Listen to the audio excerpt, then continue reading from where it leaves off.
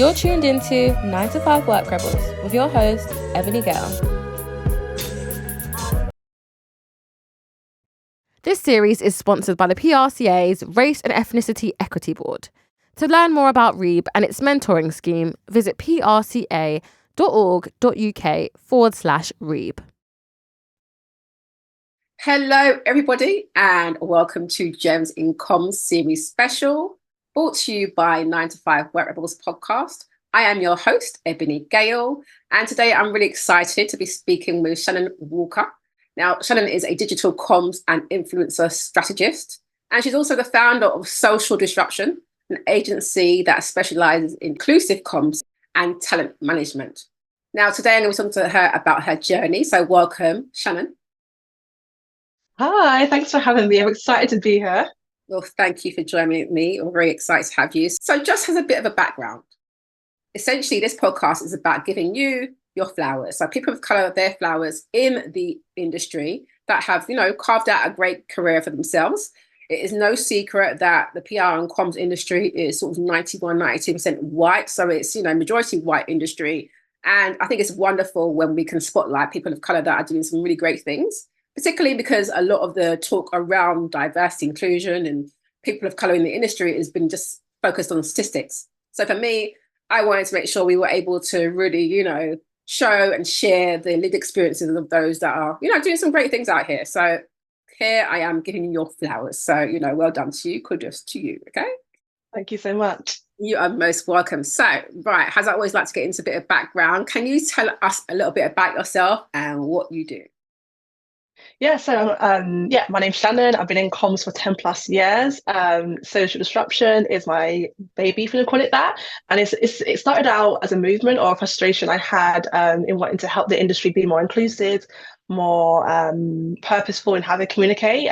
Studying comms from university, I was privy to a lot of the psychological influences of comms and how marketeers had power in how you storytell. You see those trends in societies. I've always been on the pulse or sensitive to how communicators communicate, and perhaps hidden bias in that, hidden implications societally. So social disruption essentially is, for me, our mission is generally wanting to drive more good in the industry, disrupting for good, if you like. And in ways we do that is supporting our clients or brands or creators in how they storytell. So looking at social media tactics or influencer marketing, comm strategies that drive growth, but also within those stories, you are representing a broad range of individuals. You are representing different stories that empower people versus disempower them to sell them things. And there's also education and awareness of that as well. Yeah, absolutely. No, that's really, really good. So tell me, have you always wanted to work in communications? What attracted you to the industry? You know what is funny? I didn't. So when I've been reflecting, I say I started at the age of 7 as a storyteller, let's say, or marketeer. My family are very proud Trinidadians on my mum's side, and Carnival in itself is a massive story. It's a massive story about liberation and the beauty of our culture. And I've been involved with it since I was 1 year old. So when I used to go to school, people would be like, "Oh, I went to Saint-Tropez, I went to France, I went to Spain on holiday," and I'm like, "Oh." I just played pan and did carnival. But I also got to tell the amazing story of my granddad coming to this country, and being one of the pioneers of pan and carnival, and also being proud in saying, how I performed for the Queen's Golden Jubilee and all these stories I used to have every summer. And my granddad actually, I was always pushing myself to do the radio interviews or anything to do with media. We've done I think, is it ITV or BBC? Nevertheless, from the age of 7, I've always loved to be the limelight, if you like, or the storyteller, being oh, look what my granddad's doing. So I guess he's kind of nurtured that from a young age, and we used to always be involved in the creative assets for the band. So creating posters, creating flyers, and I was always leading that. Yeah. So I guess it started at from a young age, and then I recognized in college that, this is actually what I've been doing most of my childhood, helping out with this. So let me do a degree, if you like, in marketing, comms. Then from college, I went to university, did advertising, PR, media as one module, and I got to understand the different segments and the psychosis behind meaning and all that fun jazz. And then looking at representation and how, hypersexualization of women, how that's been perpetuated to sell, and what are the implications of that equals higher violence towards women because they're not looked at as beings but as things to be enjoyed. I can talk about that forever. But yeah, I've always loved storytelling and looking at the why and who's storytelling and using that creatively as well.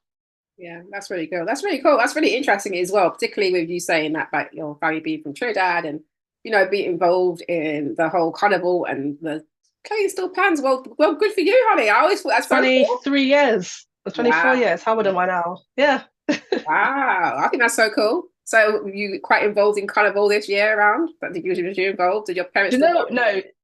Yeah, this year is the first year in about like 15 years that I didn't go. Oh, okay. Yeah, capacity, there's a lot on. So I've taken a step back and I used to help out my granddad quite a bit with the pan lessons and that. Yeah. But since he's passed, I've just taken a step back from it. Still involved here and there, but yeah. I think that's such a nice legacy though for your granddad. That is so lovely. Really, Yeah, really honestly, yeah, it's I a love privilege. that. Okay, so moving into sort of a bit more of your lived experiences. So a question I always ask my guests is, when did you become aware of your ethnicity? And now I ask you that not to say, you don't know you're Black or I didn't know I'm Black. It's a case of the outside world, it kind of crashes in and you feel like, oh, okay, this is something. Like for me, I always share me heading off to secondary school, being 11 years old and hearing about Chelsea Smilers, who would take a razor and will basically cut you from one side to the other. And that was the Chelsea Smile. But they would only target Black and brown people. And around that time, there was lots of like BNP were like, doing their marches and NF of doing their marches and things like that. So my head was always a bit more on a swivel. And as well as hearing stories like from my family about, my uncles being chased down Oakham Road by a group of white thugs and things like that. And my school was down Oakham roadsides. So I heading to school was very much like, oh, okay, like this is absolutely mad that people want to try and, hurt me just because I was born in this beautiful brown skin. So that was more of my sort of wake up moment as a young girl, particularly like, whoa, this is like a bit insane, so what was it for you? That's so interesting. Like, I think mine's a flip almost. Like as mentioned, because even on my dad's side, which is Jamaican, like heritage and like celebration and pride has always been part of my family's narrative. So right. A narrative, although yes, like I've definitely overheard my family, because they did still plan, they traveled up the world. So there were instances where, for example, even Liverpool, they got chased out of Liverpool, for example, for being Black. So I heard stories like that, but it's always been under the undertone of us being in those spaces to celebrate our culture. Right. It wasn't until I guess I got to the workplace, having grown up in spaces that, like my grandparents were that family, where you go to their house, you're like, who's this random man? Like, who's this random person? Because they were so inviting. There was always all types of people, white people, Asian, Black, just randomers. Like, who's this person? So I grew up in a family, in instances where people who were different were almost welcomed and like loved and like, if we're eating, you're eating, or like, oh, you need someone to stay, you need help. So when I got to spaces where it was like being different, when you're treated a different way, inevitably, I was like, that's my experience where it was flipped almost like expected to be welcomed, expected to no one care about my difference, but it was used in a way to perhaps like, I don't know, knock you down almost, rather than like, oh, come embrace like that inclusive spirit. So it's like flipped opposite to your experience. So yeah, it's really interesting that when you say about the flip, because when I think about like even my grandparents, talking to the person I interviewed earlier, she talked about her grandparents and then talking about how basically a lot of our Black grandparents are very welcoming to other cultures. Because I was giving an example of one of my grandparents, my mum's mum. I remember being around hers on the weekends and she would like make us like pancakes and all these little extra treats. She was like a chef.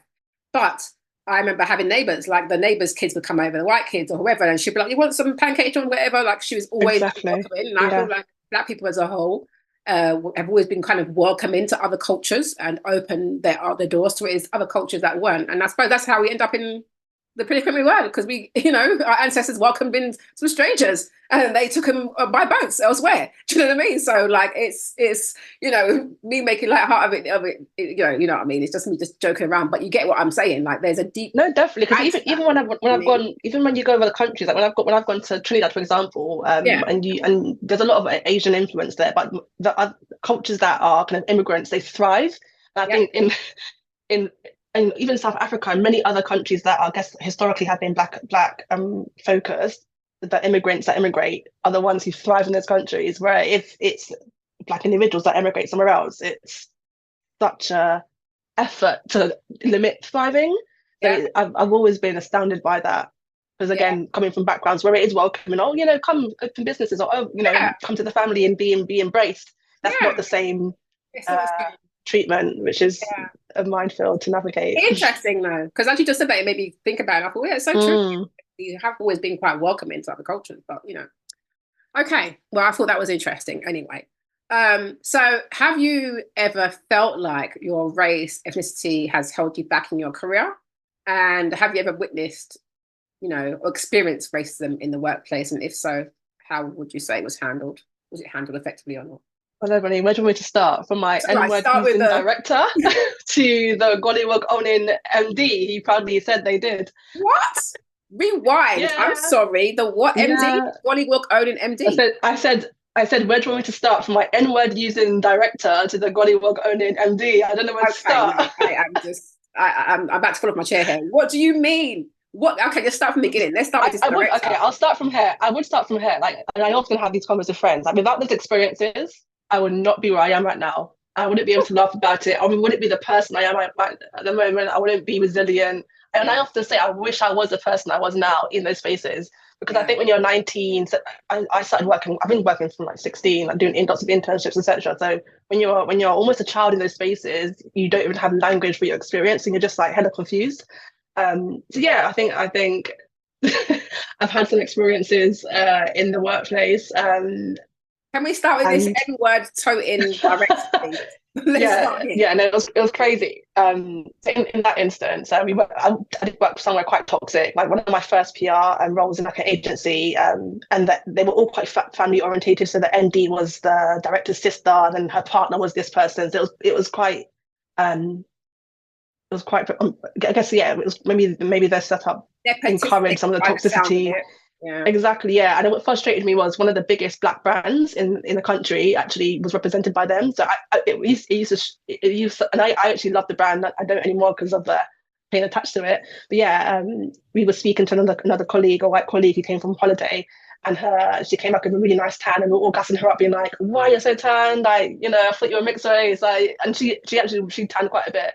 And the director was like, her skin tone is as black as an N-word, and we were like, sorry.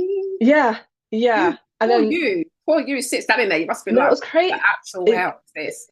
Honestly, it was insane. And then I think because we were discussing it after, we were just like, what do we do? Because this is crazy. Because the director then found out we were discussing it and we weren't happy. She then kind of called the individuals who were I guess upset by it, crying to us, being like, "How dare you accuse me of being racist? I'm not. I could just sit out. It's like an old school." We were kind of traumatized. We were like, okay, we're the ones who are actually affected by this. But you're upset because we're upset.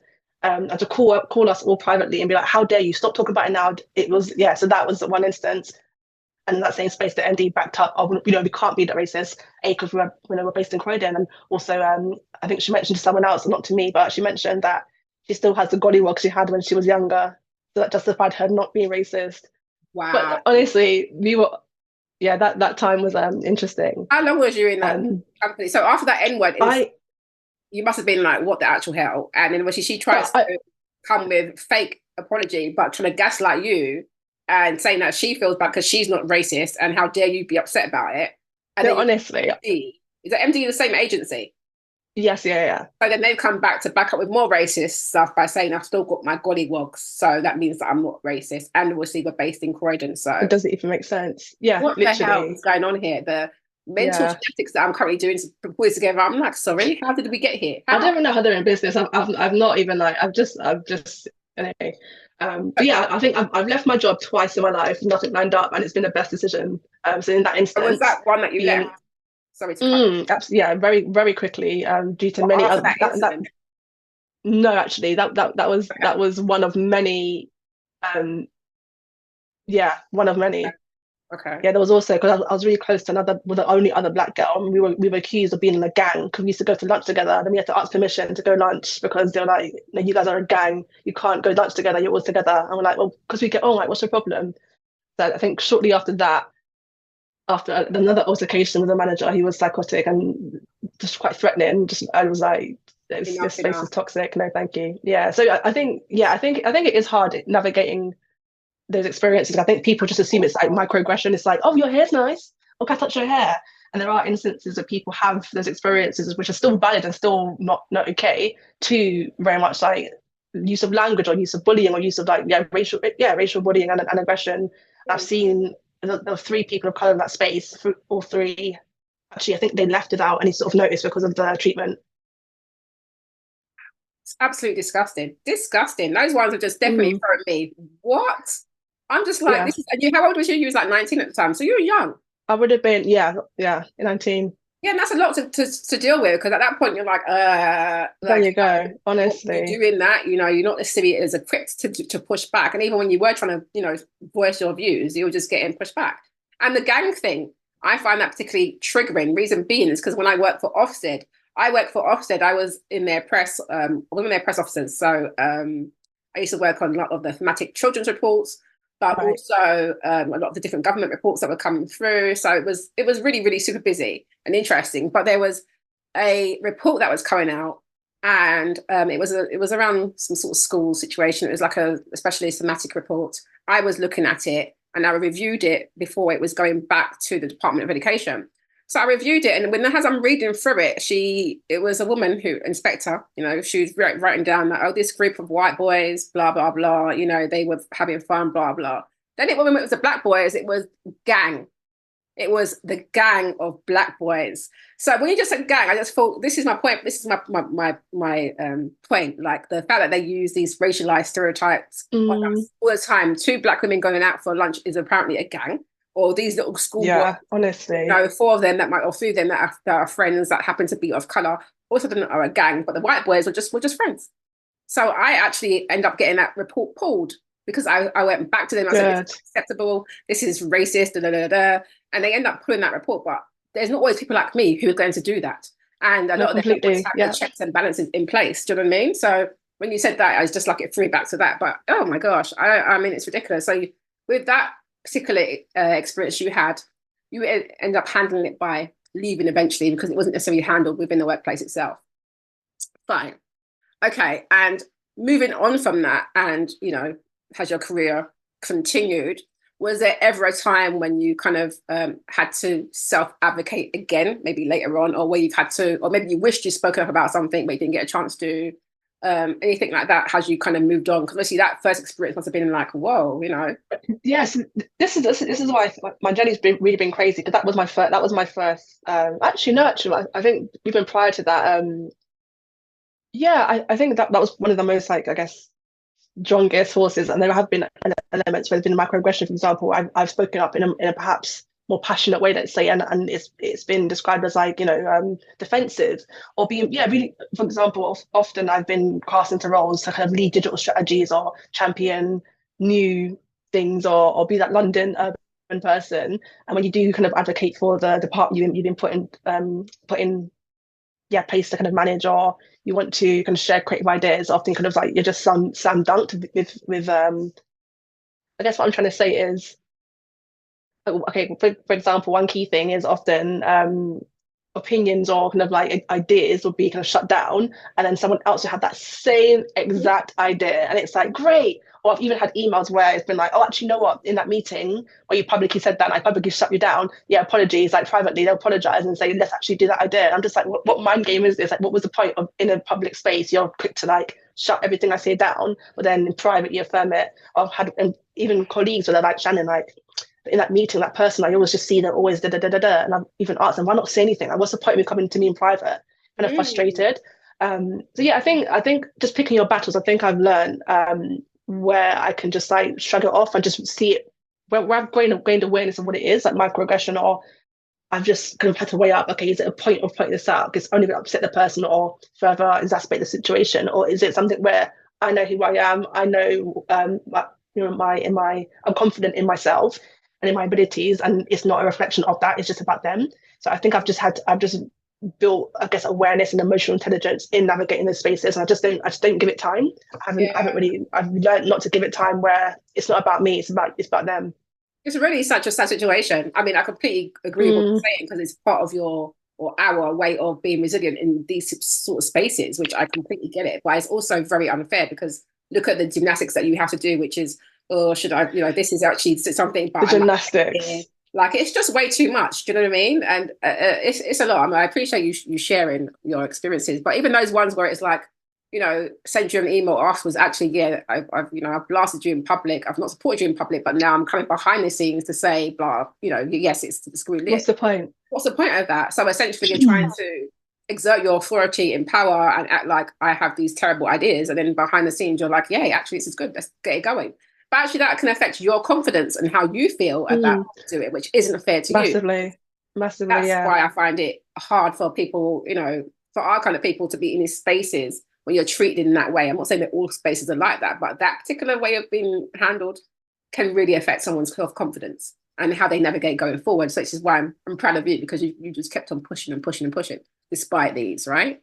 So I think there's an interesting one. So even the one that did message you back afterwards, are these people like your managers? These are like line managers that have messaged you after to say, oh, good idea, or let's move with that, actually. Well, frustratingly enough, and this is something I realised, I think it trickles down. So in the instance where the person would message, or they'd be like, no, that's not a good idea, let's not do it, and someone else would bring it up, that person was the head of department. So it was frustrating because it then allowed the manager, and then even my peers, even sometimes I have to check my peers being like, sorry, we're the same level, like calm down, because it would create this culture of like, you can speak to me a certain way, and I have to be like, nah, are you mad? Like, fair enough, there's certain way I would get on or allow for a head of department, especially if like I'm like, oh, I've got probation, or oh, I've got like promotions I want to secure. So you there's a way to navigate. But when it's like your peers feeling they can speak to you because the head of is doing that, the manager is doing that. So yeah, it's a trickle down in it, and it's not nice to feel like people are, I guess, have an agenda against you for no other reason than you are different or you're not fitting in. And it's like, I'm not trying. And I had a kind of friend was like, Shannon, you don't play the corporate game. Like, you need to play the game. And I'm like, you've not got time for games. I'm just here to work and enjoy what I'm doing. I don't care to play your game. I got really upset that time, just being like, I get it. It's not fair, and it's like, it's exhausting. And how dare you tell me I'm not playing a game? Like, my life is a game to you, essentially. Right. Then, like, me having to like take this on and take it home is a game to you. Like, I don't have time for it. Right, that's what people don't realize, that even the way we have to navigate, you take this stuff home with you sometimes because it's so stressful. Exactly, yeah.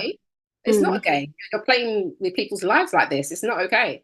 And you don't feel like you shouldn't have to fit in. And also, even if you are a head of a director or a head of whatever, have manners when you're speaking to people. Like, respect, it to me is a given.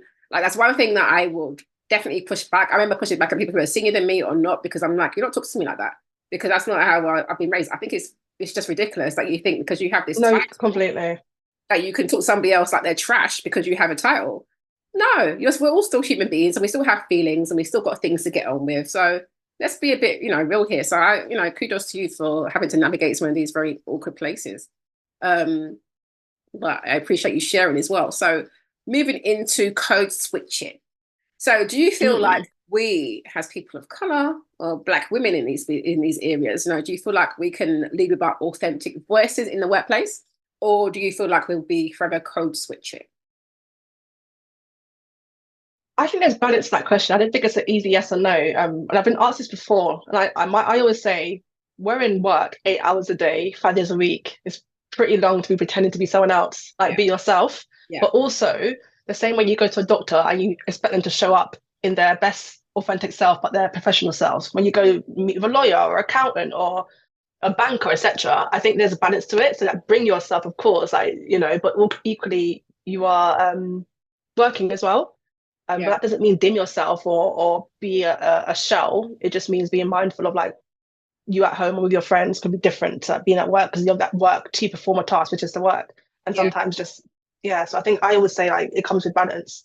Yeah, I agree with you. I actually agree with you on that one. I feel like it is a balance, but I think it's interesting because I feel like older generations are more used to code switching because they've had to. Or being completely pretend. Yes, they've had to, but also don't forget, think about some of our, like my mum, she's from Jamaica, or my grandparents, when they came here, they were told things like, oh, we don't understand you, speak English. So there's times when they had to switch into their code switching voice, and I thought that carried with them and also trickled down to some of the generations underneath. Because in the workplace, do you know what I mean? Like, it's interesting. I still feel like you have to be yourself, but like you said, you've got to be your work self. You put on different hats, right? There's a work hat you might need to put on, because you've got people around you. Not to mention you've got people around you who maybe have their own misconceptions that they just try and look out for it for you to confirm it. Do you know what I mean? So there's a lot. You know what? I could do completely agree with that, and for me, this is why this really encouraged me to wear my hair natural at work for this particular reason. Because I before I got into comms, I was working in like luxury, but the retail side, and there was a lot of emphasis on like hairstyle. I put, oh, can your head go back in a bun? Oh, can your hair do this? Can your hair do that? And I'm just like, yes, it can actually, but I didn't want to wear it like that. Or I remember one time I caught myself actually. I wore an interview. I was trying to interview. Like I wore a wig, being like, oh, I must get this job. And I really had to self-reflect, like, what are you doing? And I made sure I came to when I started in my afro, and then from that point forward, I just felt like with myself, like, why are you pretending? Why are you trying to like get the job being someone you're not? Or so from that instance, when I really reflected, I wore my hair like often in like twist out, so that my hair would be twisted out in like a pineapple or something. As almost a rebellion to be like, I am different. I'm gonna stand out. I'm 5'9" anyway. I stand out anyway. When I'm in those spaces, and I'm often often always the only black girl in the past. So I've always like worn an afro just to like, even to a message to myself more than anyone else, like, you are different and that is okay, and you're going to be bold and thrive nevertheless. Yeah, that's right. Bold and beautiful, honey. That's correct. Okay. Like the show. Back in the day, way before. But anyway, I get what you mean. And I agree with you in a sense of it's so important to embrace. And you do get caught into that. I know lots of people have got caught into not wanting to wear their hair a certain way because of the, just the drama that comes with it, depending on your workplace. And some of the stories that I've heard about hair, I'm like, sorry, what? Same, yeah. It's just outrageous because I'm at loss for words. It's just too much. It's too much, that stuff. But thank you for sharing that. Thank you. And then onwards, I wanted to ask you about your awareness. Essentially, when you came into the PR and comms industry, was you always aware of the color bias? Because when I first started working in PR and comms, I was not. I was in a in-house role. My in-house role, there are people of color there, not necessarily in my comms department, but they were in the building. So, it's quite multicultural. But once I started getting much more involved in the industry side, so going to, say, for example, CIPR events or women in PR events, I just noticed a sea of white people. And I was just like, wow, it is really, really heavily a white industry. And obviously a lot more reports started coming out, and clearly we can see the stats. But for you, was it something that you was automatically aware of or not? That's a really good question, actually. I say so. Prior to Social Disruption, I had only worked with one other Black PR person, and they were junior, and they left the industry. And it's interesting when I again post 2020, when I saw the stats, I was shocked myself. But I was like, oh, it's not surprising because I've never ever seen one of us in my entire career. Thank God for BCN. But even still, I think even the stat about the plummeting of Black individuals out of the industry versus them being retained in, again, it makes sense why there's been that disparity, and also the treatment. I can completely understand why a lot of people wouldn't want to, especially in the consumer in-house space. I guess when you're an agency, it does see a lot of people's backgrounds have been more, it's been more multicultural in the agency spaces, but in the especially in luxury, most of my career has been in luxury brands and in-house. So there's different layers where it is often, oh, just get my brethren in, oh, my friend, oh, let me get my sisters, cousins, uncles, nieces, because like, why not? A lot of the recruitment, I've seen it in my own eyes, recruitment, there's someone look for a CV, pal, oh, do you know that school? Do you know this? Do you know this? No? Nope. Oh, I don't know them. Nope. I don't know this. Nope. And it's not been looked at their skills, looked at where they worked before or their school. And I was just horrified. Like, are we really recruiting people that way? Or interns, seeing them through affluent collections, land internships, and then just being able to be chummy with the team or say certain things, or being able to like, oh, you guys should come to this place, and just that kind of like rhetoric where it's like almost getting in through that versus their skills. It was horrifying to watch and be privy to. So yeah, I think in especially in the consumer luxury or in-house, not at all, not many Black individuals at all, or people of color at all. I've heard that quite a lot, and I know that. Well, PR is very known for nepotism, so we hear a lot of that. And let's get someone so his niece in to do this bit, and they can do the intern. Literally, through. They're all they come from the similar schools, and oh, you went there too, or so and then you end up with the same, replacing the same. Literally, yeah. Yeah, I get that as well. So what are your thoughts about I'm sure you're aware of it, the ethnicity pay gap? Are you aware of it, and what are your thoughts? I've had a lot of convos around about people. I mean, I've had a lot of convos around this. I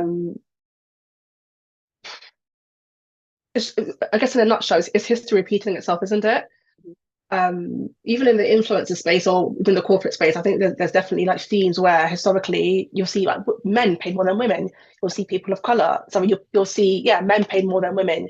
You'd see people of color paid less than their white counterparts. I think it's just trends we see in society, trends that we see in the workplace, and trends that we see where there is equality. It just trickles down. It's always going to be the same repeated trends.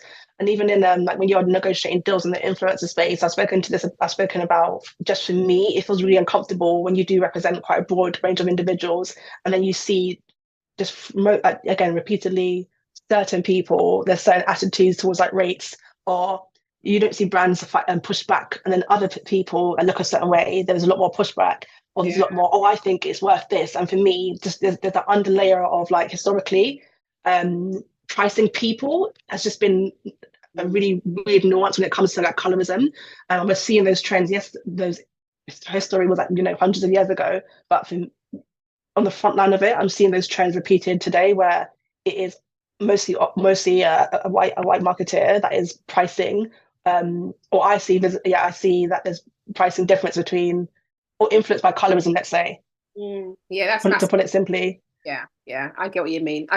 And it's really sad, isn't it? Because like you're saying actually you're seeing it within, not only is it shown in the industry, like the PRCA have done reports on this, and Race and Ethnicity and Equity Board have done reports on this, but not only are you seeing it like in that space, you're seeing it in the influencer spaces. These are creatives, content creators that are out here doing the same work as their white counterparts, if not more at times, because they have to really work harder to get on that algorithm, and essentially are being lowballed with the same offers that they give to somebody else. And I see that a lot on TikTok, because I'm always on TikTok, and I'll see some of the creators talking about, how others have been lowballed, and particularly Black creators. They're always talking about they're being lowballed, because I'm glad they're talking to each other. And so that they can actually bounce off and not keep that whole, let's not share. No, definitely. And what I'm seeing is I think people are getting more creative in the benchmarks they're using. So one of my pet peeves, when brands say, oh, this person's got X amount of UK following, but it's just a fact that if you're Brazilian, if you're like from Asia, if you're from Black American, African American, etc., your audience, or a huge part of the audience, often are from those kind of countries that have a massive, again, Brazilian, African American, USA, etc. audience. So therefore, it would dwindle the UK audience. It doesn't mean that they've got. It doesn't really necessarily mean they're not speaking to a UK audience. Just because they speak to another ethnic audience, it'll be greater. So often brands use that as a way to say, we need to pay them less because they don't reach our demographic. Often benchmarks are ways to justify paying creators unfairly. So on one campaign we had, a lot of brands do use these tools, and often the stats on them are actually incorrect. So in one instance, we put forward a fee, and the creator was like, oh, we can only pay a certain percentage because the campaign is to like speak to UK audiences. So therefore, we'll take this percent of the person's fee. And we were like, wait, it doesn't make sense. But anyway, they were like, based on them reaching 8% UK individuals, we will pay X amount. And when I looked at the person's stats, they actually reached 64% UK. So I went back and was like, okay, by your own measuring tool, they actually reached 8 times the amount that you think they reached. Therefore, surely the fee should reflect 8 times that amount. And they, well, obviously they got out of that. They basically were like, oh, but our tool says this, and they spoke to the tools developer and all that, did this whole piece of work to justify not paying, basically. In the end, we did meet somewhere, but it still wasn't. It was still a decent amount that the creator wanted to be forward. But my point was, it is frustrating that these kind of like benchmarks exist. You've got to jump through these hoops just to get what your rate is. And even when there's nuances, you're like, well, actually, there's discrepancies. By your own logic, here's what you should pay them. Then it's still something. There's still a issue, if you like. Yeah. Interesting, super interesting, and I can tell you're trying to push and get what you deserve and what what the value is. But they don't literally do any kind of mental gymnastics. I mean, talk about going to the pool guy and trying to find ways to Do you know what I mean? Bring it down. And I had to read through paragraphs of why, and I was like, you actually went to the developer of the site and all sorts to justify the stat. And I was like, this is a lot. This is a lot. This is a lot. You do the most just to not pay your people, like essentially. You know, my goodness, interesting. Okay. So obviously you're, like you said, you're fully aware of the ethnicity pay gap. What are your thoughts on allyship? You know, what does it mean for you? And what do you think is like for you, what's been like a good example of allyship? That's a really good question. So like I said, like when I was experiencing frustrations myself personally, and I'd have, I guess, friends-ish that would sort of in a meeting be so quiet, or because again, when you're in something, sometimes again, like I've been in this industry quite young. For me, we don't have the language we have now, so microaggressions or unconscious bias is just I just know it felt wrong, and I felt frustrated, and the way it manifested in me was lack of confidence. I just not speak in a meeting. I'd be like, I'd overthink things like, oh, this person might say da da da da da, and I just hold myself back a lot. So it was frustrating when allies was like, Shannon, like you've been such a film, but we got you da da da da, and in private, or Shannon, yeah, that meeting, like, what was that about? And I'm like, why are you speaking to me in private? Like, it's nothing to be like, oh, actually, I support that, or because they knew I wasn't in the right often. So my point, I guess, to echo that example, true allyship would be moving beyond your own comfort. Like, if you know something is wrong, what harm is it to speak out about it and actually support someone where you can use your platform or use your privilege or use your voice to advocate for someone else, and it costs nothing, and often it takes away nothing from you as well. So the basic would be seeing what privilege you have, seeing what your support. Even myself, so we do talent management to some degree as well, so even it would be using the privilege of understanding what I know about the industry then to help someone else. It's just using whatever you have, using whatever tool, be it insight, be it your voice, be it platform. You don't have to have 1 million followers. You don't have to have the most in the world. It's just recognizing whatever strengths you have that you can support someone else. So I'd say in a nutshell, it would be whatever tool in your arsenal to boost someone who bring someone to your level or surpass, or boosting someone who is unfairly perhaps in a displaced position or such that you can support. Absolutely agree with you. And I do feel like it's actually using your own white privilege to help others, essentially. Do you know what I mean? And like you said, trying to level the playing field. Like, I've been in those examples, like where I used to be on the Women in PR board. I was the first Black woman appointed to that, right? Amazing. I remember being one of the AGMs, right? And pretty much, it was very, very busy. There's lots of different agencies around. It was one of our AGMs. And the outgoing president decided to come and ask myself and the other person of colour, that was the only two people of colour that were on the board, mind you, what we were doing to improve the diversity of the membership. So it was like, oh, okay, so you're just going to put it on our shoulders because we're the people of colour, are you? But what was interesting is that I definitely pushed back on it because I was quite offended by it. And I remember saying something to the effect of not being the Pied Piper of bringing Black women in, because I just thought, how dare you? I said, I was here for my skills. Da, da, da. I remember pushing back. But what was interesting is that this is a conference table, right? It was massive. It was very filled. And, you've got all the members that are there, but also you've got others that have been previous members. So remember, this is an annual general meeting. This is quite a big deal for them, right? So I think I was sitting next to the late CEO of the PRCA, rest in peace. So I remember just being really frustrated with that, but, I answered it, but I pushed back, as I do, because, I just could not take the nonsense. And afterwards, like you, I had many come up to me saying, oh my gosh, that was so out of order. You done well, blah, blah. But it's like, well, where was your support? Because actually some of you lot on the board with us, you could have said that's not an Ebony or Sarah situation. It's because they're the Black and brown girls on the team. Doesn't mean that all at their feet. But essentially that was what the inference was, and that's how I took it. Obviously that, the lady who did that has apologized since, but only because I made a big deal out of it, I personally think. I just think it's just a lack of taste, it's just ignorance. It's just unbelievable to me that people still do these things of, oh, well, come round to you afterwards and say, yeah, fine, but it's just too late. We were out there drowning. You just watched us. And then now we've got the life jacket back on. You come back over and you're like, oh, actually, I would have been there for you. But, I just decided not to say anything, but good job. I've got your back. So, yeah, I feel you on that. Yeah. When you gave that But example. I mean, on the contrary, I think when I've seen it do well. So, for example, I've been part of like really great panels because someone said my name in a room, or I've also had great opportunities, or even encouragement. Like, there's a place I worked. I loved working at KGA. Okay, albeit I was the only black person at our head office of 70 individuals, but I really loved it there. The people there were so lovely. So it was in London, maybe that's why. But Yeah. even up to this day, like I'm still got a great relationships with the head of press, who's an Asian lady, and my team members who are kind of white Surrey ladies, but they were just like really good people, good vibes. And my colleague used to get angry at me. Actually, I used to come into for work with like my planting, my chicken, Yes. and I'd attract a crowd. And my colleague actually, maybe because one of them was from London, but she was so furious. She was like, "What's your problem? Like, it's just planting. Like, I'm confused." She'd like, I'm like, "It's all right. I just can't be bothered." And she's like, "No, I just can't. It just gets on my nerves." So she'd always kind of like share my frustration for me, or Yeah, even to this day when I'm doing things with SD, they're there in my DMs like, "Shan, like, we're proud of you. Like, you're amazing. Like, and just like supporting."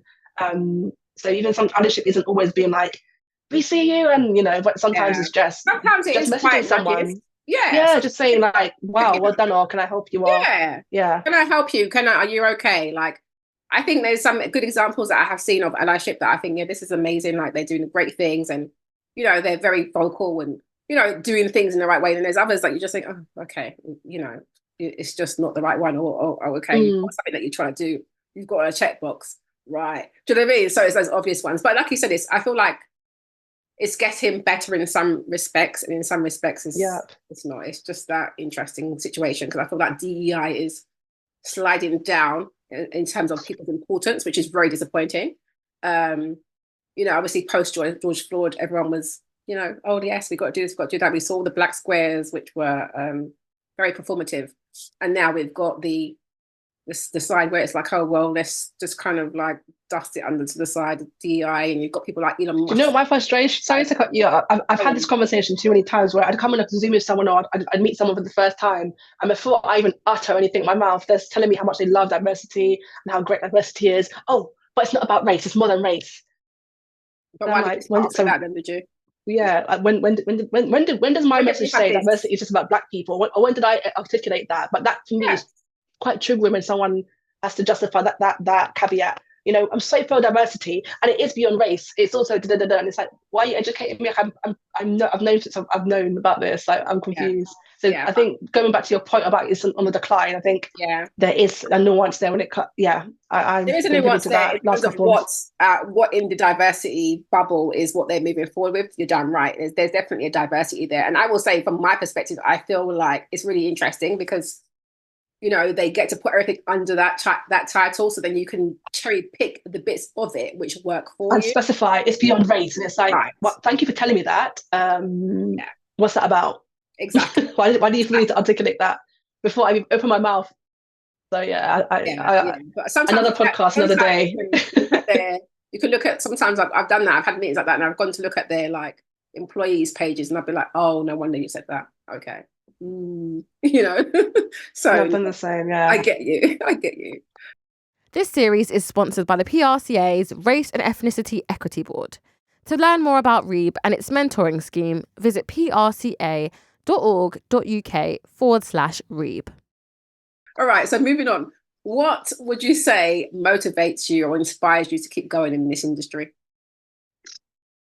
And what would you say you found the most challenging so far in your journey?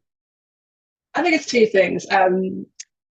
So for me, I never ever saw myself as an entrepreneur or a businesswoman. I think that's never been my plan. I've always wanted to work my way up on the brand space and like being part of inspiring stories, because I do generally love our industry. Like, I went to like uni for this.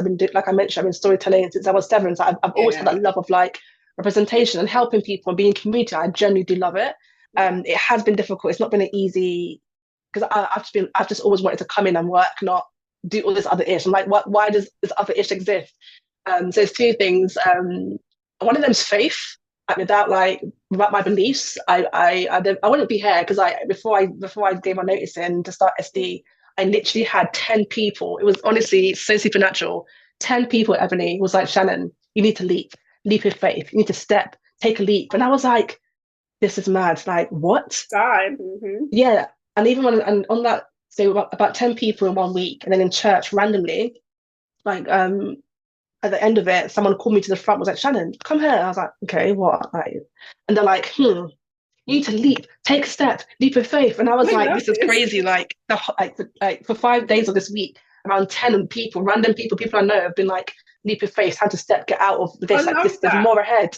Honestly. So for me, I always come back to that moment. Of like, for me, I feel like it's I just feel like it's I just feel so purposeful. I love what I'm doing, and it's every single day taking a leap of faith, and things that go my way, I'm like, you know what, I've still got to move with faith. I've still got to like just hope that there is movement. And there's been so many instances where I've just wanted to like, what's wrong with this industry?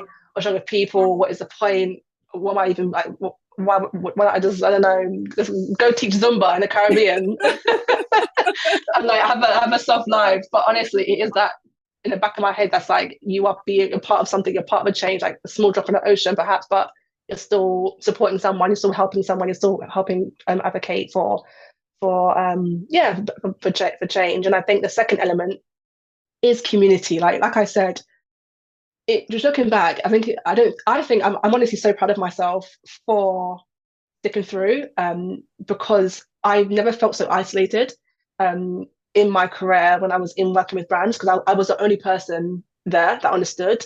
Actually, albeit I guess there's one or two I can say you were helpful, or I could really go to and like cry to sometimes and be like, I don't understand, like what is wrong with these people? I don't understand. Is it me? And they're like, nah, it's not you. Like, you need to get out because it's not for you. And I think when you're trying to really hold on to your dream, your career aspiration, and you literally got love people around you, or even people in the business has been like, Shannon, they're not for you, get out of here. I think like, I guess overcoming that, and then fast forward 5 years on, like the amount of I'm so blessed to have like even BCN, like Cam, Tarita. I've got so many like even Christina, so many friends that I literally can call friends now, who are like become my family, who become, and it's not just it's where it's me and like, oh look, this has happened in the industry, and that it's literally just people that get you, people that celebrate you, people that are for you, people that are like, oh, client, I can't do it, but Shannon, she can do it. Like, I've collaborated with them in terms of work, I've gone to dinner with them. So it's been such a beautiful joy to have community, and like relationships and like new friendships. So that keeps me going, where you don't feel alone, you feel seen, you feel validated, you feel like you belong. And people want to see you win, they want to see your success, and they're not, and even if someone checks, not that I've been checked, but even if someone was to be like, oh, what's this? It'll still be done in love or a way that can build you up. So I think those two things, like faith and also like community, have kept me here, have kept me safe, sound. And that's nice though. That's I want to be still part of this amazing journey. That's great. And then what would you say you found yourself to be most challenging so far, would you say? I saw this really interesting quote that like to this day I'm like, yes. So basically I read a quote that people that start businesses are low-key doing soul searching, personal development, life finding. And it's so funny because I didn't recognize the personal development that you'd have on this journey, where this I think it stretches you. I think I challenge myself. Often I'm in my way. Or what I've overcome, I guess, in the last couple of years is like the back of my head. So that space, the place I worked at, where they used to use the N-word or use really toxic language, etc. The ND said to me, Shannon, you will never make it in this industry. What? And so I've had words like that in the back of my head sometimes, when I've perhaps gone to a speaking engagement, or when I've gone to like meet a client, and I guess deep down you have rhetoric like that. But I think for me, overcoming a lot of those things people have spoken against you, and you've been like, that's honestly like rubbish, like rechanging your own narrative, or even just sometimes like when you get to do something really amazing. So for example, this week, Social Disruption was selected as part of like Pinterest Inclusion Fund, like being celebrated and given a grant for our work in Champion Diversity. Thank you. Amazing. So for me, it just brings me joy when I think about doing things like this and having those great opportunities. And I'm thinking, literally only 7 or 8, maybe 9 years ago, you had someone say you'll never make it in the industry, and look at you fast forward now, like you speak quite frequently with 3 of the biggest tech companies in the world, like you're doing so many great things, or amazing. So what was the question? Sorry, I've got ADHD brain sometimes. No, I was talking about the challenges and what you found to be most challenging on your journey. So myself often, Yeah. I'm an overthinker. I'm a people pleaser sometimes. I'm hard on myself. I'm very hard on myself. But this year, actually, I've really been prioritizing rest Good. and carving out my own version of success, like just doing what I can and being kind to myself. So I'd say my biggest challenge has been being kind to myself, but also overcoming a lot of the like past. So yeah. It's that kind of, I get what you mean, and it's similar to what a previous podcast guest was saying as well, is that her biggest challenge has been herself, the mindset. Mm, You know, sometimes we put ourselves in our own little prisons, don't we? We cage our own selves and we yeah. understand that we could do it. Self-limiting beliefs and all the imposter syndromes and stuff like that. Yes, To an event, you'll see someone on there and think, look how they're doing it. Of course I can do it. Like, do you know what I mean? yeah. So I completely get that. No, I appreciate you sharing that with us. So with your employee hat on, right? What would you say you want from an employer? What makes a good working environment? Such a good question. You know what's funny? I think I've tried to be like, the employer that I wish I had. Okay. Um, That's good so though. in terms of it, yeah. So for me, I just want people to feel safe. So I've had people from all types of background, like Bangladesh, like Essex, like Africa, all types, and Okay. I've always wanted them to feel like your background is not going to limit you, or like we celebrate people. Right. We can have hard conversations. So when something happens in the world, we have that conversation, and everyone's involved in that. Everyone's like heard. Um, even in spaces where we were doing like work for a black brand, and that black brand they were only sharing, I guess, representations of one type of blackness. Okay. And a team member felt, they wanted to kind of address that. For example, where people are encouraged to speak up, Yeah. where people are like, safe to have conversations. There was also an instance where I had someone who was like Polish and half white, and she would speak quite vocally about like white privilege and whiteness. And I also had a white person on our team. And I just mentioned to her like just being mindful sometimes because of if you're often sharing negative things about that group, not negative as in like it's not bashing it, but it was in a context of talking about white privilege. Just Mhm. also being mindful about other people in the team, and also just making sure everyone's like yeah, you don't. I've always wanted people just to feel safe, essentially, like speak your mind, express yourself, in the given context that makes sense, but also be mindful of people around you as well. It's actually beautiful. That colleague, that girl actually mentioned, since working at SD, her eyes have been open. So she went to like a cinema with a friend, and she was like, Shannon, like the lack of diversity, like it really frustrated me. So like it I feels like like that. it's been amazing that even individuals, with working through SD and some of the work we've done even in their private time, they're just a lot more culturally aware and sensitive and she was really annoyed. She's like, yeah, look, it really frustrated me because I what representation before I would have recognised it, and even going home because she's from Southend, she even mentioned, just her eyes are a lot more open. So it's really cool when we work with like a lot of young. We do work with a lot of young people in terms of like we That's connect amazing. to a training provider. So Yeah. a lot of them are quite new in the industry. So it's nice to support them have those knowledge early on. Yeah. That's really good work that you're doing there. That's good. Even if it takes, to me, it's just like, little drops in the puddle. So even if one person can Mm, see that, then that can spread on. And that's important. And the fact that she's doing the work and she's now like noticing it elsewhere, brilliant. Do you know what I mean? That's good. And that's a testament to you in the work that you're doing. So I think that's yeah, really, thank you. really important. Okay. Moving on from that slightly. So what does diversity, equity, and inclusion look like for you? I love that. What comes to my mind? They're more than just words. I like that. Simply, I they like are that. more than just words. Their Absolutely. action, Hmm. the longevity. There's plan behind each of those words to sustain, Hmm. and it's not about a result. It's about continued execution to affinity. Let's Yeah. say. Yeah, absolutely. Absolutely agree with you. I like that. I like that. Short and succinct. I like it. Okay. All right. Moving a little bit into a bit more about you, okay, around your proudest moments. So what has been Oh, one of your proudest moments? It can be work, can be a personal one. And then you could also throw in a career highlight for us. oh, there's been so many great things. Like I mentioned this week, it's been announced. Well, yeah, been announced that we're part of Pinterest's first cohort of agencies that have won their Amazing. inclusion fund, being recognised for our work of amplifying and supporting creators.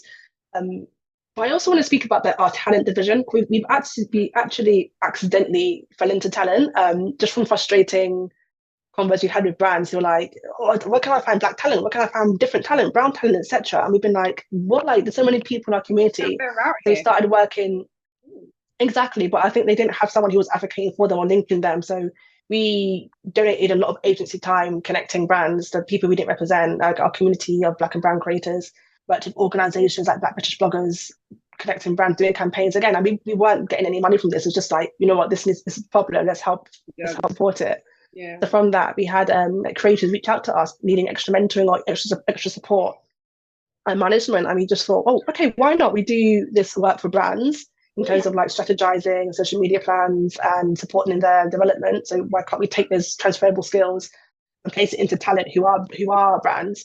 So I guess organically, we've built a roster of people who are disruptors, who are change makers, who are championing disability pride, who are championing women's wellness, who have overcome cancer and using their story to empower others. So it's something so organic, and it reminds me of, like, again, first starting SD. It just happened organically, where I had this nudge and urge and frustration and all these confirming words that said leap of faith. And the talent division, again, it just organically happened, where leap of faith, give it a try and support and be part of the work. So that's something I'm really proud of, because we've been able to connect people to their dream jobs and our dream clients like Google, Loccatan, Brilliant. Victoria's Secret, so many amazing brands and empowering messages. I love that. I love that. And I did have a look at your website. I feel like you represent some really diverse talent. And I think that's brilliant and so important as well. So Thank you. what you're doing is definitely needed. And I love the way that it has just flown for you. Do you know what I mean? It's been very organic and flowing. And you've kind of just kept flowing with it. Great. You're in flow, is what I'd say. I like that. Thanks. And what would you say are your thoughts on how our industry is evolving and how it's going to evolve over the next few years? So obviously, AI is massive. Everyone's talking about AI all the time. But what are your thoughts about, how our industry is going to evolve? This is so interesting. Yeah, like I laugh because when I was like 20, around 20, I used to stand up at conferences speaking to the chairman, the marketing director, be like, guys, please invest in influencers. Like, because at the time we were speaking to people, sorry, at the time we were speaking to people like Zoella and getting coverage on her and being like, look at the results. And they'd be like, yeah, no, it's going to die, it doesn't matter. Like, let's just spend like £1 million in Vogue. And I'm just like, right. So that was only a short time ago. To be where we are now, where influencers like is king and content is king, etc. It's yeah. I think the industry is moving beyond people, beyond the pace of people can even think. But one thing I think I've been really sensitive to, I think even like the passion for SD, I think we as an industry, brands had power, where it was like what brands storytell, what marketers are saying has power and representation. I think that's transcended now to creators are the one who are shaping culture. And for that reason, I do think creators need to be extra mindful of how they're storytelling and putting out a representation.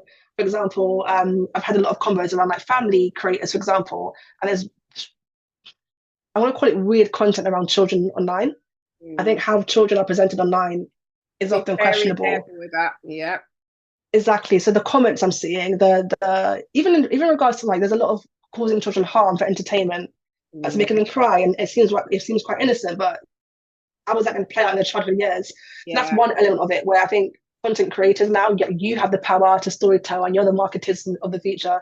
So if you're frustrated about a certain stereotype, for example, are you perpetuating that stereotype? If you're frustrated about how certain groups of people are, often represented, or how women are hypersexualized or violence, just so many different themes in our society. Is that being exasperated through the content you create? Are you creating content that is like harmful or trendy and then bring you views? Or are you creating content that's not as trendy or clickbaity, but it's empowering and it's edifying to your community and it's positive? So I think where we started, we were very much about helping the online space to be like safe and like empowering and encouraging. But that message wasn't directly focused to brands. I don't think brands have that same power. I think it is creators now who are the culture shifters. I think I do agree with you, only because of the when you just look at the socials and how things are moving in that way, it just seems to be going that way organically, you know. Yeah, no, completely. Yeah. Well, Good but point about family. Sorry to cut you. The family influence is very, very good point, because I have seen some that I'm like, do you know how much trauma you're creating for your child when they get older? And yeah, there's a lot of things, a few things that it's a bit tricky. So I'm sure that must be or tricky. sexualizing them for just some of the comments you see, and it's like, are the parents not seeing these comments, or making them eat things that are like and you're just like, are we really doing this for entertainment or for likes or for views? For likes and yes, for views. yes, there's probably like, I know in some flaps you can get like gifts and stuff like that by doing certain things, but you're also encouraging. Anyway, I'll leave it as that. But I do think there needs to be more responsibility. Yes, more responsibility, and moral compass. Do you know what I mean? Like, there you go. So in terms of trends, like, I think that, for example, the very mindful, very demure trend, for example, that I think that speaks to people wanting actually a shift in our content, and I do foresee perhaps there will be more safeguarding online and social media sites, and just online space having more protocols and safeguarding. AI is obviously going to like take over. Well, it's taken over already. So I think that's going to push creativity, but I think we're going to see a lot more, more mindful, wholesome content, because it's going the extreme almost. Like, even like the Pinterest event I went to yesterday, there's a trend in regards to people kind of switching off. And I think it's because it's just so much out there, and also the content isn't quality. But back in the day, it was like cute food selfies, and people were like, it was just joyful content. Whereas now it is going a bit less. So I think to encourage people to continue to use the space and be empowered in it, I do think there'll be a shift in that content. Yeah, I agree with you on that one. So I want to ask you, what key lessons have you learned throughout your career? Maybe just like 3 that you might want to share. 3. Okay, that's a really good question. The one I can think of, I'm trying to find colourful language or good language. Don't be a douchebag. Okay. I like that. As simple as. But you know what? I think I'm so grateful that I had the opportunity to work in our industry when it was very much like based on traditional PR values, where it was literally about relationships. It was about people. It was about like, actually, like, because I never had any troubles in that element of my career. Like, I love meeting people. I loved like building relationships and looking at, okay, brand, like, you can story tell, connect to this person, etc. I think although I loved working with the creator side of things, I think that's been lost in, it's been so transactional. And even the journalism relationship now, when I speak to her about traditional PRs, even journalists are like, you want a trip, give me money. You want a quote, give me money. And it's just, I get it, because I'm like, hey, people need to eat. I do appreciate that. But I don't think, I think we do need more of the relationship element as well. As we're speaking to humans. So to put it in a nutshell, I'll try to answer these more quicker. Sorry. My first lesson, don't be a douchebag, because the industry is small. People who, I won't name names, but people who I will side eye, when they've been brought up in other conversations, other people often have the same experience. It's because the industry is too small, and people want to work with people that are like, it's not always about your craft or what you can do. It's about how easy you are to work with, like people by people. So there's people that I absolutely will not, you cannot pay me to work with, because they are awful, just put it like that. So don't be a douchebag. What else? I'd say my own ethos of like leap of faith. Like, I think with our industry, there's so much like growth and creativity and so much things that you can do. So I see a lot of creators hold themselves back for fair or for perfection. But my biggest ethos and my biggest lesson, like, if I did not take that step of faith, and bear in mind, I launched 20th of March 2020. I can't remember if it was the day after the pandemic was announced or the day before. But if I was still there, like, what's happening? I would never have done it. I just took a leap of faith and was like, God, like, you made me have my notice in. I had a job, I had a salary. And December 2019, I got this word. I got so much encouragement to have my notice in, and then bam, pandemic, and I was like, if I didn't take that leap of faith, I wouldn't be where I am now. I take leaps of faith every single day, every single decision. It's a continued action. So just always take a leap of faith. Right, you're never ever going to know the outcome, and you always learn. If it's good or bad or a lesson or a blessing, you'll learn. That's my second takeaway. Right, leap of faith. I think those two. I mean, even when you think about the leap of faith, Like I kind of live by that. I feel like it's important to do what feels right, but also not to be too Mm, scared. Do you know what I mean? Like mm. it's like you're gonna either you might make a mistake, but like you say, you can learn from it. You take the lesson and improve it at the next one. Do you know what I mean? So No, yeah, I always completely. try not to live with regrets. So I think that those two were good. If you've got a third one, don't worry. But those Do two you know were what? No, I do. I do have a third one. Because I've spoken to a lot of people in our industry. I've spoken to, yeah, a lot of creators, a lot of businesses. I feel like my third lesson is do not lose your life to a business or lose your life to work. Make enjoy life, create a life, and also have your work part of that. So what I mean is like have hobbies, see actual people in real life, especially to younger creators or yeah, business owners, like cultivate offline relationships. I mm, do think there's a sense of like it's interesting. We're the most connected we are as a community, as a race, etc. A human race. I mean, yeah, people are lonely. People are, anxiety is so high. I just feel like sometimes just detach from work and it's not your life. Like live and enjoy your life. And so I've really been tried to be intentional about. I do a lot. Well, I try to do a lot to keep myself busy alongside work. Just to remember, my work is not my life. I'm not my work. It's just part of cultivating a beautiful life. So I'd say that like that's good. read a book, get out, leave your seat, go for a walk, Yeah, that's have a good. coffee with a friend, Yeah, invest in yourself, invest in your real life. you're right on that. I think that's really good advice. Really, really good advice. Thank you for sharing. So, what advice would you give to young people of color who are considering entering the industry? Mentally prepare yourself, emotionally prepare yourself, spiritually. No, I'm joking. No, actually, I'm not joking. You know what? For career in comms, yeah, I say don't start work when you start work. Like the work starts before you start work. That makes sense. Yeah.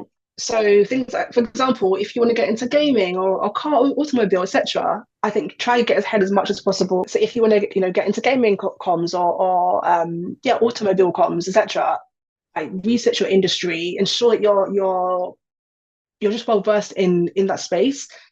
You don't need to wait until you get the job to start connecting or building your network or looking for community groups in that space. I think often in those spaces you actually find a great opportunity. So start before you get the role.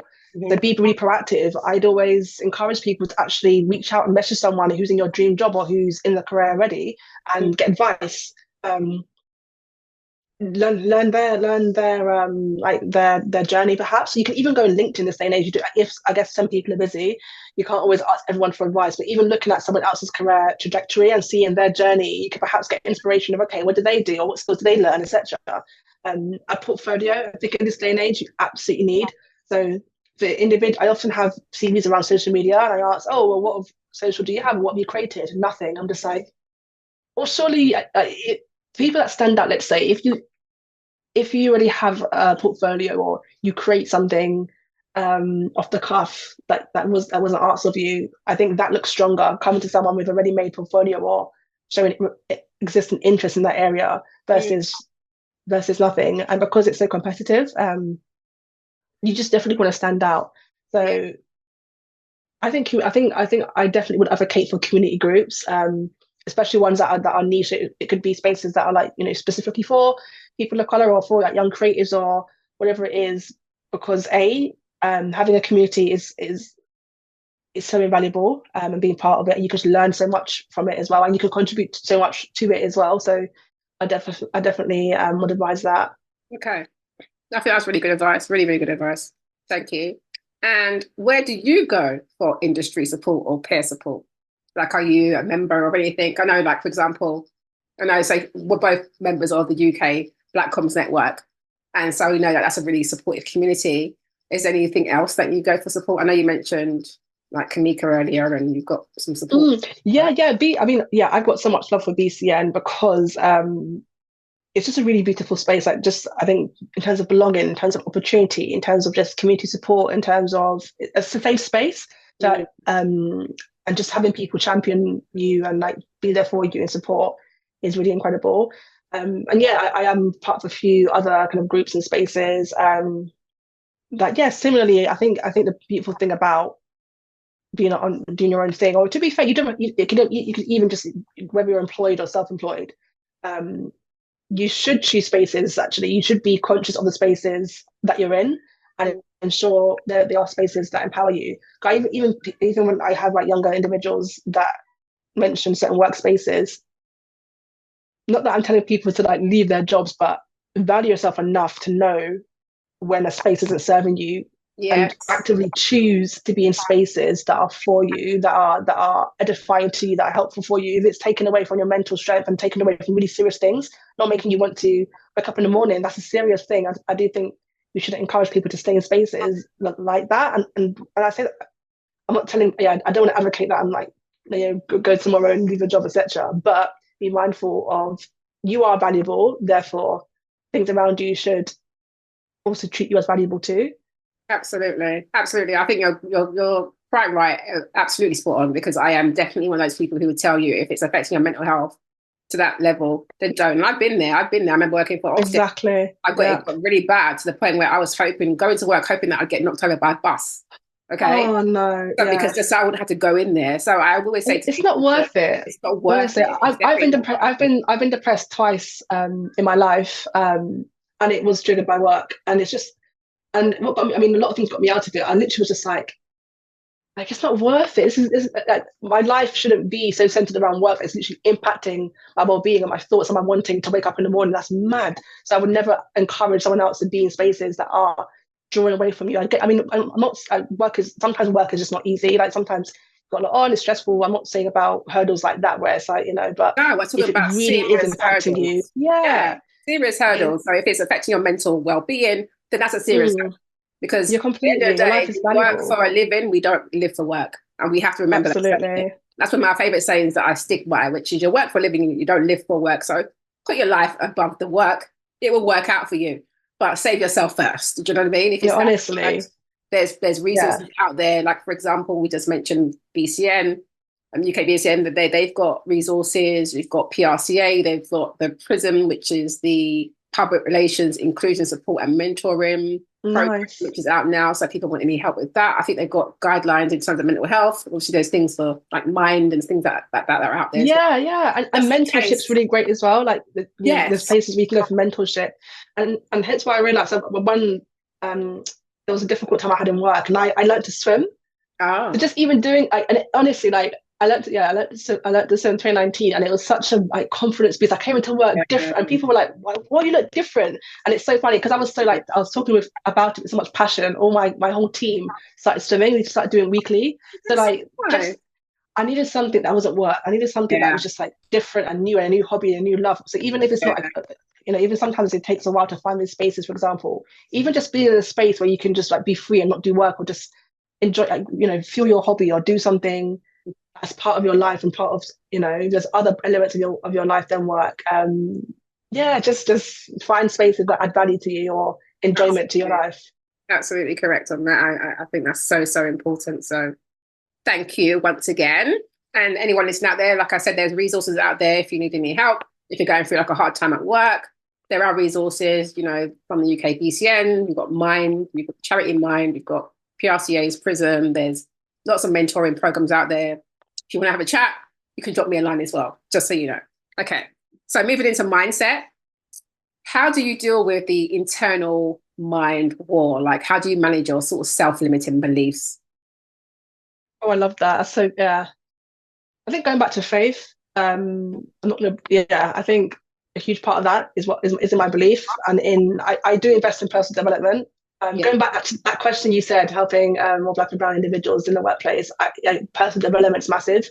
You can't, I guess, necessarily. I think it's funny. I think often people hear personal development or any element of development when it comes to work. And I'm just big on not making other people responsible for my progression or development. I do understand like there's managers and stuff can help with it, but I do think there's a lot of ownership on the person to support their own development to a degree. So just spiritual development is one element for me. I love to read. I love to speak. I speak for artists. I've always spoken like this, like public speaking. When I've been invited to do some events, for example, I'm just like, oh, is how much people in the this is actually professional now. Let me try to brush up. So yeah, I invest in like a good friend of mine does training. So I'd invest in just sharpening tools that I can sharpen, or if I identify something within me I want to learn more about or brush up on again. And I think it's really good. I've worked with a coach before, again, invest in that, where they were more supporting on well-being, and they really supported me. And actually, like, it's 3 sessions in. Why don't you have a life? Why are you talking to me about work, work, work? And I was like, am I? How dare you, coach? And I was like, I felt red, because she literally was like, I'm gonna stop you. You're boring me. Like, why are you talking just about work? And I was like, and it was until someone else said that, and again, Yeah, you don't know, do you? with kindness. Yeah, I was like, what else is in my life, rah? So it made you pause, right? It made you pause. I love that. I love that. I love that. No, I felt shame. I was like, oh, anyway, I'll leave that alone. But yeah, to be fair, I've always been someone who like loves to like learn and feel like I'm growing anyway. Yeah. So yeah, personal development. One of my biggest things though is a bit of a culture. What's the word? It's a bit of a. I've lost the word. Contrast. Okay. Rest. Let me tell you about rest. Let me tell you about stillness. Because I am a professional busybody. It takes me about a day or two to get still enough to rest. So I've seen the biggest shift in myself, in my joy, in my peace, in my work by resting. If sometimes my head is just a bit too busy, I would just step away from the task. I can't do it. I'll leave it to the next day. And when I go back to it, I'm like, oh, like this is a breeze. I can do it. Right. So if you are someone who's like an overthinker like me, or a perfectionist again like me, or a planner, etc., sometimes you can just dig that hole, and it's never perfect enough. And you get in, or just you dig, dig, dig, dig. So in terms of my mindset, rest is a huge part of it. And I don't think it's encouraged enough, but it's such a powerful, powerful tool. And it's funny, I went to where did I go? It might have been Canada somewhere, where a big shot creative, anyways, I don't know, it's a big shot creative was talking about like, working on like really exceptional campaigns. And I asked the question, like, oh, how do you get into it? What do you do? Da, da, da, da. And he was like, it's not like I wish I could tell you it's some really methodical, creative, like, process. He's like, I just switch off my phone, I go into like the forest or whatever, I go for a walk, I switch off, I rest, and that's how I get ideas. And I really love that, because I think there's often a pretense we have to perform or pretend that we like, to get really excellent ideas. Often is a really 10-step process. You've got to do this. We just book, but sometimes it comes from a space of just being still, really being in tune with yourself, and just having the dust settle. Yeah, I absolutely agree with you that it's essentially creating, because I do a little bit of coaching as well. So essentially, I feel essentially you need to create the space for yourself. Yes. So that you can get your creative juices going. But sometimes that means silencing the mind and stepping away from everything else, and then just doing something else, and then the ideas kind of flow sometimes. I think you've been doing something completely different. Like I've been cooking sometimes, and then an idea will come in my head, and I'll be like, oh, I could put it on my notes. Yes, yeah. Like, that would work for the campaign, or this might work. Because you're just not thinking about it, right? You're just allowing it to flow. So yeah, very right on that. I think that's really cool. And like you said, I like learning as well. I feel like it's important to be like always a student, because there's always things to learn in life. Do you know what I mean? So you're like I look at myself as a student of life, because honestly, Oh, my last point actually. So like I said, I mentioned like in instances of my career, I've had people only kind of point out your flaws or say, oh, you're not organized, or, oh, you're not articulate enough, etc. I think the power of words is so powerful. Like, I'm so big on like over complimenting people in an authentic way, obviously, or I think speaking life into people. So for me, the last couple of years, like I've really had I have a great community or friendships or people where I can be like, I'm struggling with this, people make pray for me, or my friends will be like really encouraging you, but really life affirming and supportive, and being like, or even flipping things. So one of my biggest taglines is like growing pains. I don't speak about challenges or problems. I speak about growing pains, because there's pain to growth, and sometimes you unlock new pain when you do grow. So I think it's about your own language as well, but also getting around people that can really speak into you sometimes when you don't speak for yourself. I.e., my coach was like, Shannon, I'm not trying to hear about you talk about work. It's how we conversation. What else is happening in your life? What hobbies do you have? And I'm like, So yeah, people that would in love check you or support you or speak life into you is really important. Yeah, absolutely agree with you. Absolutely agree. Now, looking back over your journey, would you do it all over again? I mean, admit some of the people. I'm joking. Do you know what? Like I said, I literally started this call because I literally believe it. I would not be who I am where I am, what I am without those experiences. Um, I would absolutely do it again. I think our paths are like divinely carved out for us. Everything is a lesson, a blessing, but it shapes us and it is part of whatever's ahead. Mm. So yeah, absolutely. You would. No, that's good. They wouldn't change anything. You leave it all as it is. That's what we like. That's what we like. God's Okay. plan, it's fine. So, what's the best and the worst advice you've been given? Oh, If you can't find any words, oh, it's fine. But do you know what? I'll start with my grandma, like, because I love it. I'm a journaler. I love journaling. And I started, I think I was going for a difficult point in life and I started to like journal things that was encouraging so I can come back to it. And I found one for my grandma. And I think it was when I was working at the place I told you about the agency. And I was like, went to visit my grandma. She's like, oh, how are you, darling? And I was like, grandma. Like just complaining. And she kind of like politely kind of like nodded and was like, oh. And then she was like, you know what, darling, you survive life better with a grateful heart. And I was like, aww. so from then, like it really shifted my perspective into focus on what I could be grateful for. Yeah. Because that, like often, I mean, life is just like this anyway. So often when I am having challenges, even just reflecting on like three things I can be grateful for. I'm breathing. There's this, there's that. I think that always just helps flip my perspective and just makes me feel better in the moment. So that yeah, piece of advice. Did you say three or just No, one of I each? just said one per, just one best and one worst. But the best, I like your best. I feel like the grandmother's always come through with some good gems, you know. Honestly. Always come through. You're not the only one who's quoted the grandma on this podcast, believe me. Some good grandma quotes that come through. What's your worst piece of advice, potentially? Oh. So, for example, when you was going through that situation with the racist MD and directors, did anyone encourage you to stay or to go in that situation? Anyone gaslight you in that situation? Give you bad advice in that situation, maybe? No, I think most of the people are like, I think most of them were like, I think you're crazy for lasting so long there. Yeah, no, do you know actually? Yeah, do you know what I see? Because I raised before we got to those sorts of points. I raised it to the director. There was one toxic individual, the one who used to use words like gang or, yeah, just really, really awful. And it wasn't even a thing where it's like you can, sidestep it, etc. And the director was sort of like, what did she say?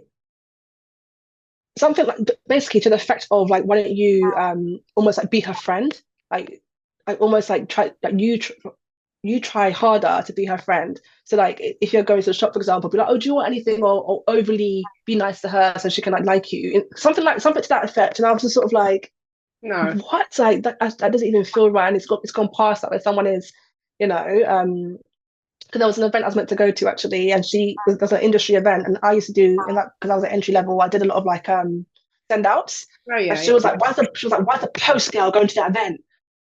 And I was like, she said about me. And I went to the director being like, you know what, that's not okay. I'm not going to stand for that.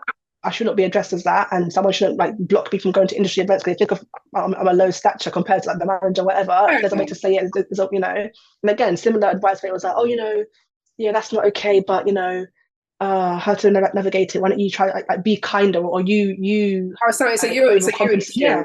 No. Yeah.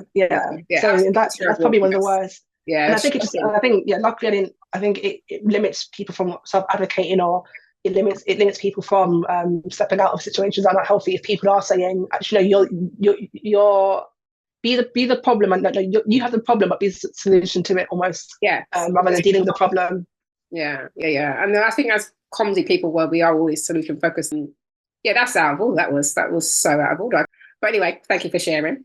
Now, my last question to you is, do you have any rules that you've implemented along your career journey?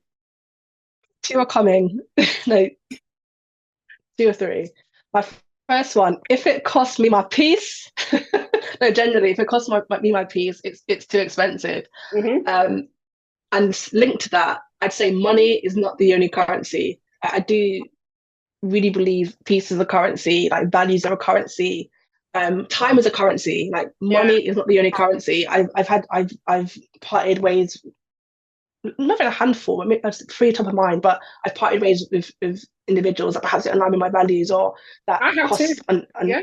who are not peaceful, joyful people to work with. Yeah. And maybe from a money perspective, it doesn't make sense, but it's not Yeah. worth it for me Yeah. anyway. So I think that alignment is really big. Yeah. Boundaries. I'm again. I'm a people pleaser. I like people to be happy. I like peace. I like good vibes. I like, so I've struggled with boundaries or saying no, but now I have, yeah, I think I'm really good with boundaries. And it's funny because when you're amongst some other kind of like solo entrepreneurs gonna appreciate this, but when you kind of hire people and you do your performance review and you keep putting questions like, oh, how do you think I'm doing as a manager? How do you think I am? Because you have no, you're just like, I'm just figuring it out. Anyway, one of my employees mentioned like one thing she thinks I can improve on is coming back to WhatsApp quicker. Or she thinks I hate her or something's wrong. I'm responding to WhatsApp. I'm like, nah, sorry, sis. Like when it comes to my boundaries, you will hear from me. And unless something's on fire, I need that for myself. I need that. A lot of my work is online anyway. I'm often online or serving other people. I have times where I serve myself, I pour into myself. So therefore, I might be like, okay, rather than like a long sentence. It doesn't mean I hate you. I love you. But my boundaries with WhatsApp is not going to change. So yeah, I think those things I put in place where things like values or boundaries where you have to, we're such a serving industry, but you have to be careful about over serving or over giving until you're nothing, until your mental health is on the floor. I'm just not on that at all. Yeah, no, that's very good advice and very good points, and I appreciate you sharing them. Absolutely, you want to avoid burnout. You don't want to get to burnout because you can get to the point of being, particularly if you're a people pleaser, you will just keep on going and going. So you have to set boundaries. Exactly. I think they're good, and the whole piece, and that's something that I definitely live by. Has been many others like Beyonce, okay? Like, yeah, peace over problems, please. So honestly, and I believe in also like killing with kindness. I think I'm also like navigating, especially in our space where you are championing diversity and currently advocating for other people. I don't think everything needs to be a fight. Yeah. Also, again, it's energy. I'm just big on like energy, capacity, etc. So sometimes I love to kill people with kindness. I love to tell you my problem with a smile, or So I think respond with kindness. Like I think we can do more kindness in our industry anyway. In the world, full stop. Yeah. In the world, exactly. In this world, when I see socials and people's comments, I'm like, please, what's happened to people's kindness chip? Has it just been deleted? Honest, yeah. But I think it's a communication. I think we've lost the art of communication, and socials help us to be too over familiar with people. It's like, you don't know me. Like, let's have a conversation. And also, I can disagree with you. I still love you. I still be at peace with you. Like, let's bring back how to communicate as a human race, as a human, as people, as an industry as well. Like, I'm not calling you the R word by pointing out your diversity sucks. I'm just saying, exactly. So I think, address the policies and the procedures. Now, if you have you yourself are displaying that's a different situation. But we're talking about your company. Exactly. Yeah. We're going to look at your policies. We're going to look at what's going on. I'm going to be honest, but some people take it as take it the wrong way. But again, like you said, it's just the art of communicating, and some of it's been lost, but not lost forever because clearly, we're in positions where we communicate. So yeah. But yeah, I know what you mean. On the human level, I just feel like the kind button it's definitely wearing away in some people, and I'm like, no, you need to be like reset, okay? Reset button, okay? Reset on the kindness. But thank you so much for coming on and sharing your journey with us. It has been a pleasure talking to you. Now, for those who are tuned in and may want to link in with you or follow you, where can they find you? I'm on LinkedIn, Shannon Rebecca Walker. I'm on Instagram, Shan_RW. And then Social Disruption, you can connect with us on Instagram as Social Disruption PR. On Twitter, Social Disrupt PR. Website, socialdisruption.co.uk. But yeah, please do connect. And thank you so much for joining me. It has been a real pleasure. And like Shannon said, if you want to get in contact with her, you can link in with her on LinkedIn, or you can find her on the various social media platforms that she just flagged. Thank you so much for tuning in. I will be back with some more wonderful people from the world of comms very soon. Stay tuned and bye for now.